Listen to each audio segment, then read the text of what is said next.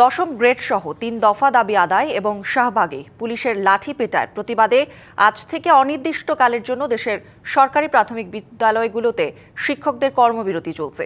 শিক্ষকরা বিদ্যালয়ে উপস্থিত হলেও তারা কোনো পাঠদান কার্যক্রমে অংশ নিচ্ছেন না। শিক্ষকদের কাছে কেন্দ্রীয়ভাবে স্পষ্ট বার্তা দেওয়া হয়েছে যে ৩ দফা দাবি মেনে না নেওয়া পর্যন্ত এই কর্মবিরতি চলবে। এর আগে শনিবার বিকালে শিক্ষকদের উপর লাঠি পেটার প্রতিবাদে মধ্যরাতে কেন্দ্রীয় শহীদ মিনারে মোমবাতি প্রজ্বলন কর্মসূচি পালন করে আন্দোলনকারী শিক্ষকরা। বর্তমানে সরকারি প্রাথমিক বিদ্যালয়ের সহকারী শিক্ষকদের জাতীয় বেতন স্কেলের ১৩তম গ্রেড থেকে ১০ম গ্রেডে উন্নীতকরণ, শতভাগ বিভাগীয় পদোন্নতি এবং চাকরির ১০ ও ১৬ বছর পূর্তিতে উচ্চতর গ্রেড দেওয়া সহ ৩ দফা দাবিতে আন্দোলন করছে প্রাথমিক শিক্ষক দাবি বাস্তবায়ন পরিষদ। ২৫ বছরের ওয়ারেন্টিযুক্ত দীর্ঘস্থায়ী দরজা প্রোটেক্টর, আধুনিক ও মজবুত দরজা।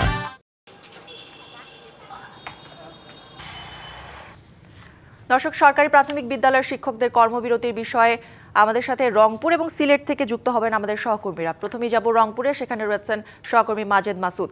মাজেদ, শিক্ষকদের কর্মবিরতি কর্মসূচির কি প্রভাব পড়েছে প্রাথমিক বিদ্যালয়ে জানাবেন। কৌরি, আসলে যারা প্রাথমিক বিদ্যালয়ের কোমলমতি শিক্ষার্থী রয়েছেন তারা কিন্তু নির্দিষ্ট সময়ে অভিভাবকদের হাত ধরে তারা বিদ্যালয়ে এসেছেন ঠিকই।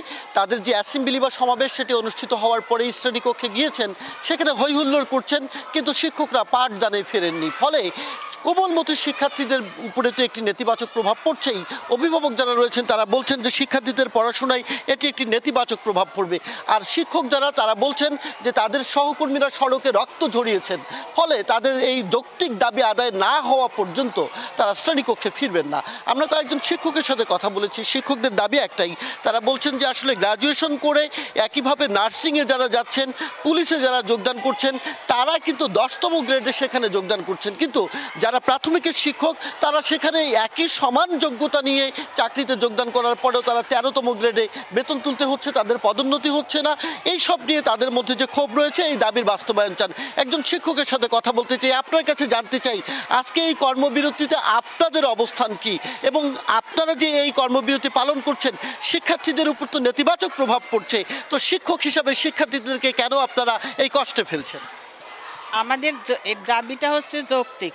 কারণ একজন পুলিশ যদি এসএসসি পাস করে সে ধাপে ধাপে ডিগ্রি পাস করে যদি প্রমোশনে সে এডিশনাল এসপি পর্যন্ত যেতে পারে, আমরা কেন শিক্ষকরা আমরা সবাই স্নাতক এবং মাস্টার্স, কমপক্ষে মাস্টার্স পাস করে আমরা ঢুকি, সেই জায়গায় আমরা বেতনে, আমি আজকে 37 বছর থেকে চাকরি করার পরও আমাদের কোনো স্কেলের উন্নতি হচ্ছে না।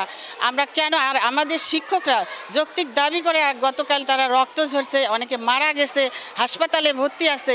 আমরা তাদের সাথে একমত এবং আমরা এই দাবিতে আমরা অনড় থাকবো যতক্ষণ না আমাদের এই দাবি তারা সরকার পূরণ করছে। একটু আপনি কিছু জানি, এই যে শিশুদের উপর তো পড়াশোনার কি ব্যাপক প্রভাব পড়ছে, এই প্রভাবটা আসলে কিভাবে পুষিয়ে দেবেন? আমরা এক কথায় আমি বলতে চাই, আমাদের একটা প্যান্ডামিক প্রবলেম থেকে কিন্তু আমরা উঠে এসেছি। 20 সালের যে আমাদের করোনা, সেই সময় আমরা দেখা গিয়েছে যে অনলাইন ক্লাসটা পরে চালু হয়েছে, কিন্তু অফলাইনেও আমরা কিন্তু ক্লাসে ঢুকিনি। তো দেখা যাচ্ছে আমাদের দাবি পূরণে যদি 2-4 দিন 5 দিন এরকম শিশুদের ক্ষতি হয়, আমরাই শিক্ষক, আমরাই সেটা পুষিয়ে নেবেন। অনেক ধন্যবাদ। আসলে কৌরি, আমরা শুনছিলাম তারা যেটি বলছেন যে আসলে শিক্ষার্থীদের যতটুকু ক্ষতি হচ্ছে সেটি তারা আসলে পুষিয়ে নেবার চেষ্টা করবেন, কিন্তু এই 24-এর বিপ্লব যে বৈষম্যের বিরুদ্ধে হয়েছে, সেই বৈষম্য তাদের পেশা থেকে নিরোধ না হওয়া পর্যন্ত, পেশার মর্যাদা সমুন্নত না হওয়া পর্যন্ত তাদের এই যৌক্তিক আন্দোলন চালিয়ে যাবেন। এবং একই সাথে তারা যে বিষয়টি আরও বলছেন সেটি হচ্ছে প্রধান শিক্ষকদের যে গ্রেড সেটি আসলে 10তম গ্রেডে উন্নীত করা হয়েছে। একই বিদ্যালয়ে থেকে তারা সহকারী শিক্ষক হিসাবে হওয়ার পরেও তাদের গ্রেড উন্নীত হয়নি, যেটি নিয়েও তারা দুঃখ প্রকাশ করছেন।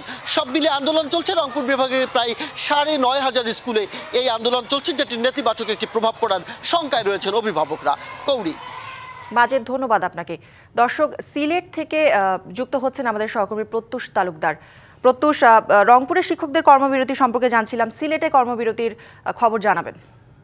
আমি এখন রয়েছি সিলেট নগরের একেবারে কেন্দ্রবিন্দুতে, অর্থাৎ জিন্দাবাজার সরকারি প্রাথমিক বিদ্যালয়।